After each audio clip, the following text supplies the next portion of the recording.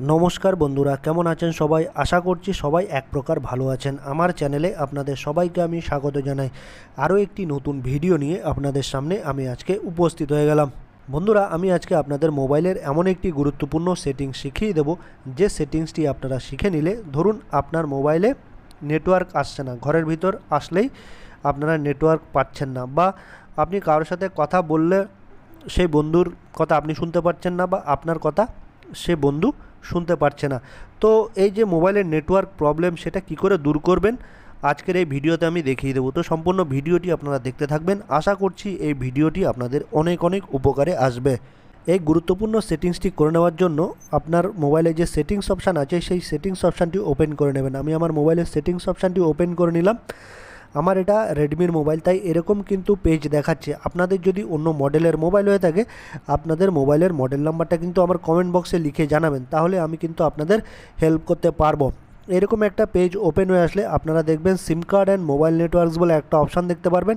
সেইখানে আপনারা ক্লিক করে দেবেন। এই দেখুন সিম কার্ড অ্যান্ড মোবাইল নেটওয়ার্ক, এইখানে আপনারা ক্লিক করে দেবেন। আমি ক্লিক করে দিলাম।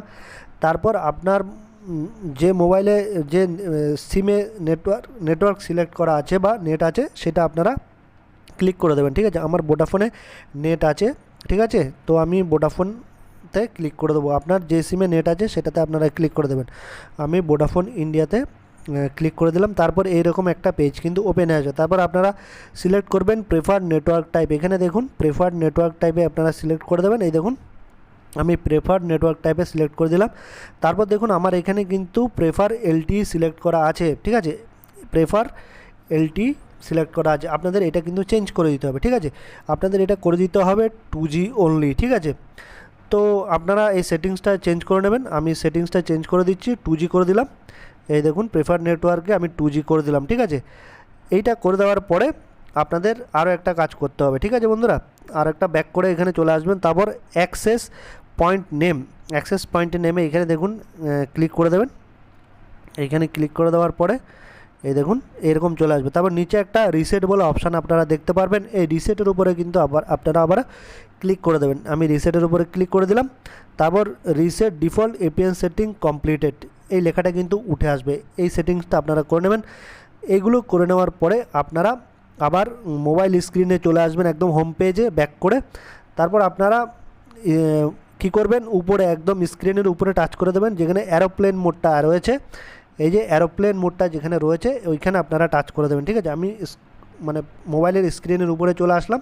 আপনাদের আমি একটু দেখিয়ে দেবো। অ্যারোপ্লেন মোড নামে একটা অপশান আপনারা দেখতে পাবেন। এই দেখুন অ্যারোপ্লেন মোড উপরে ব্লুটুথের পাশেই কিন্তু ডান পাশে অ্যারোপ্লেন মোডটা কিন্তু আপনারা অন করে দেবেন। ঠিক আছে, অন করে দিয়ে কিছুক্ষণ অন করে রাখার পরে আবারও কিন্তু অফ করে দেবেন। ঠিক আছে, তারপর কিন্তু আপনাদের নেটওয়ার্কটা কিন্তু ঠিকঠাক চলে আসবে। ঠিক আছে, এরকম অন করে দেওয়ার পরে অফ করে দেবেন। ঠিক আছে বন্ধুরা, তারপর নেটওয়ার্কটা আশা করছি আপনাদের ঠিকঠাক মতো চলে আসবে।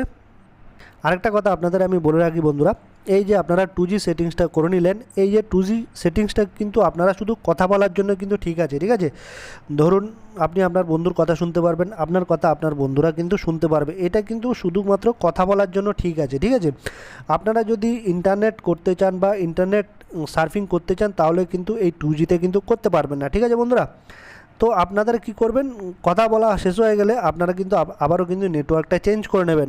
প্রেফার এলটি বা 4Gতে আপনারা মোবাইল নেটওয়ার্কটা সেটিং করে নেবেন, তাহলে কিন্তু আপনারা ইন্টারনেট করতে পারবেন বা নেট সার্ফিং করতে পারবেন। তো আপনাদের প্রয়োজন অনুযায়ী আপনারা নেটওয়ার্কটা চেঞ্জ করে নেবেন। কথা বলতে গেলে 2Gটা করে নেবেন, আর যখন আপনারা নেট সার্ফিং করবেন বা ইন্টারনেট করবেন, তখন আপনারা প্রেফার এলটি বা 4Gটা সিলেক্ট করে নেবেন। তাহলে আপনাদের আশা করছি সমস্যাটা দূর হয়ে যাবে।